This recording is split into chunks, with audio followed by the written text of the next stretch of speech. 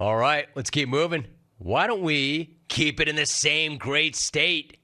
The next dude lives a little bit under the jungle radar, but he thrives there. He might not get a ton of hype, but he has top 10 every main event that he has entered. He has hit the top 5 4 times. Is it his time? Is he ready to finally rip that first strap? Checking into his 7th Smackoff.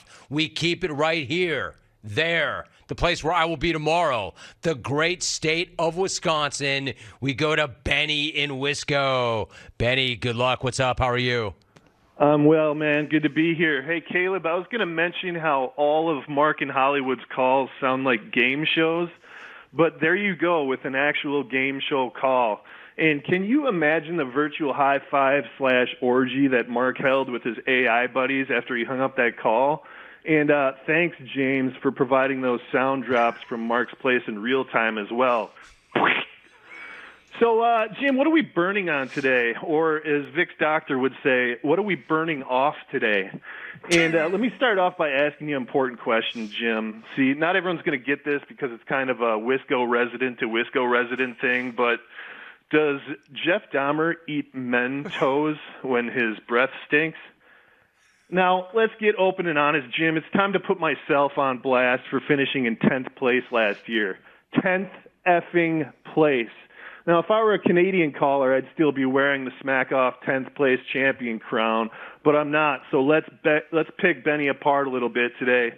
Not because I'm a self-deprecating nut job like Caleb and Jeff in Southfield, not because I don't have anyone else to make fun of today, and definitely not because 85% of my jokes go over you idiots' heads 100% of the time. No, I'm going to put myself on blast today because my competition sucks at it. But first, Jim, quick question, Wisco to Wisco. Did Jeffrey Dahmer bring a knife and fork to the comedy club because he heard it was open mic night?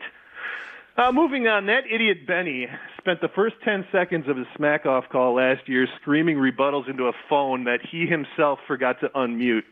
And that was like half of his call.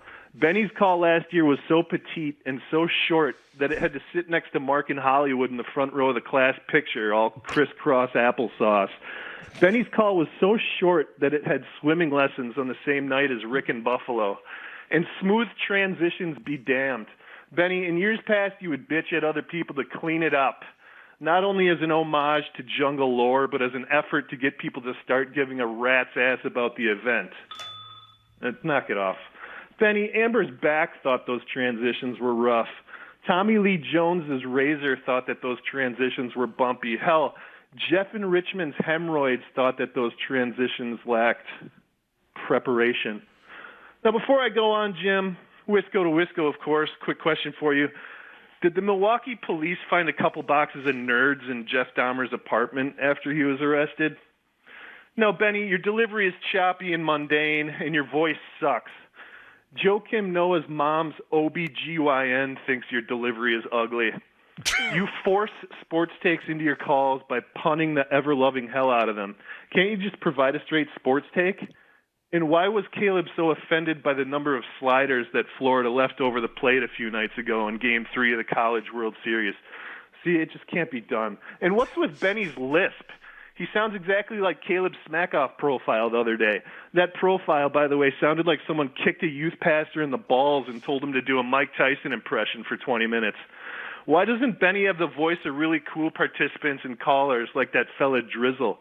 Drizzle has the pipes to spit game and freestyle like those dudes in that movie 8 Mile.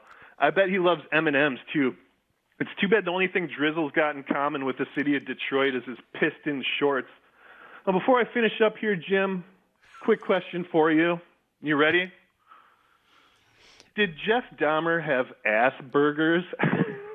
And why is every outfit that Benny wears purchased at Costco despite the product being good and comfortable and available and fairly priced? And why does I Afraidy call and yell at us every year about how good he is at this without being funny or entertaining? And why does Brad say the same thing over and over in every call without anybody noticing or caring?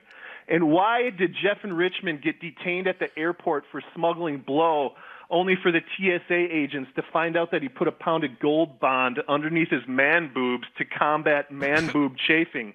And why, oh why, isn't this state big enough for both Caleb's and my lift? It's because Benny and Wisco's call wasn't good enough. But he'll do better next year.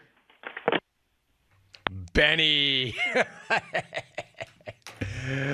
Fellow Wisco resident to fellow Wisco resident. Not bad, Benny. Not bad at all.